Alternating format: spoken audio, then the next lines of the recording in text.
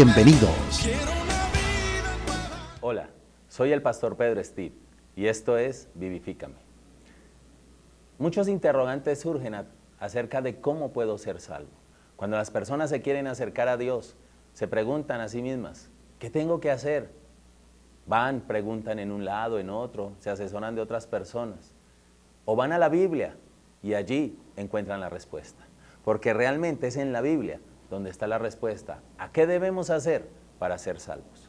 Hay un pasaje muy hermoso que está narrado en Hechos de los Apóstoles, capítulo 16, y habla sobre la situación de Pablo y Silas en una cárcel en Filipos.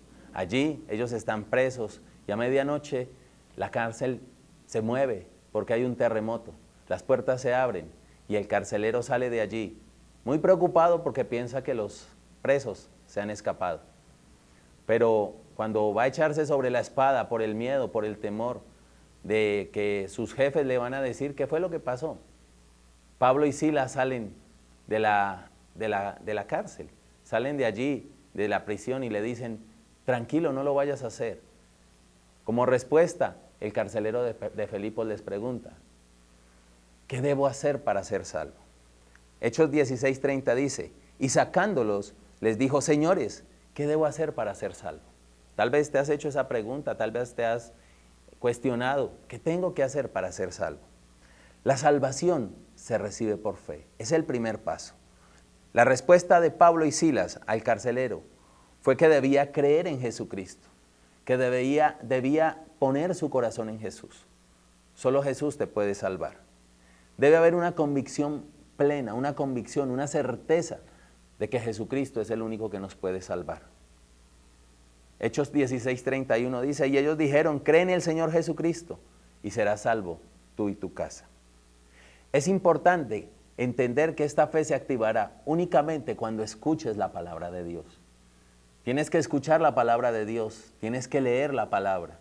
Si no te acercas a la Biblia, si no lees la Biblia, no vas a conocer la verdad de Dios, no vas a conocer al verdadero Dios. La Biblia nos muestra y nos revela a ese Dios grande, a ese Dios maravilloso y esos planes hermosos que tiene para nosotros. En Hechos de los Apóstoles, capítulo 16, versículo 32, Pablo y Silas le dicen, y le hablaron la palabra del Señor a él y a todos los que estaban en su casa. Fue a través del escuchar la palabra de Dios que el carcelero y toda su familia fueron salvos. Tienes que escuchar la palabra, tienes que ir a la iglesia, tienes que escuchar la voz de Dios. Cuando vas a la iglesia, aprendes a escudriñar la Escritura, aprendes a entender y a meditar la palabra. El pastor está allí para enseñarte, para instruirte acerca de la verdad de Dios. Por eso tienes que ser celoso con lo que escuches en la iglesia. Si está escrito en la Biblia, créele a tu pastor, pero si no está escrito, ten cuidado. Ten cuidado porque últimamente han salido pastores, falsos maestros, lobos rapaces que engañan al rebaño. Recuerda, solo si está en la Escritura, porque la Escritura, la Biblia, es la fuente de nuestra fe. El creer implicará en nosotros un reconocimiento del pecado y un arrepentimiento verdadero. Es decir, debemos tener una decisión de cambio. Solo Cristo en nuestras vidas nos alejará del pecado. Solo Cristo nos alejará de esas situaciones que le desagradan a Dios. Hechos 16, 33 y 34 terminan diciendo, y él tomándolos en aquella misma hora de la noche, les lavó las heridas, y enseguida se bautizó él con todos los suyos, y llevándolos a su casa, les puso la mesa, y se regocijó con toda su casa en haber creído a Dios. La salvación se recibe por fe, y por uno solo de la casa puede comenzar esa salvación. Puede ser tú, tal vez nadie en tu casa crea en Jesús, pero tú puedes ser ese primer paso para que toda tu casa se convierta. La promesa para el carcelero fue, cree en el Señor Jesucristo y serás salvo tú y tu casa. Recuerda, solo Cristo puede vivificar tu vida.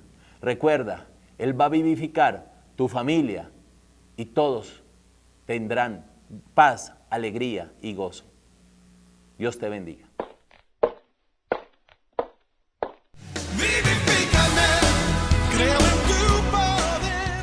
Hasta una próxima oportunidad.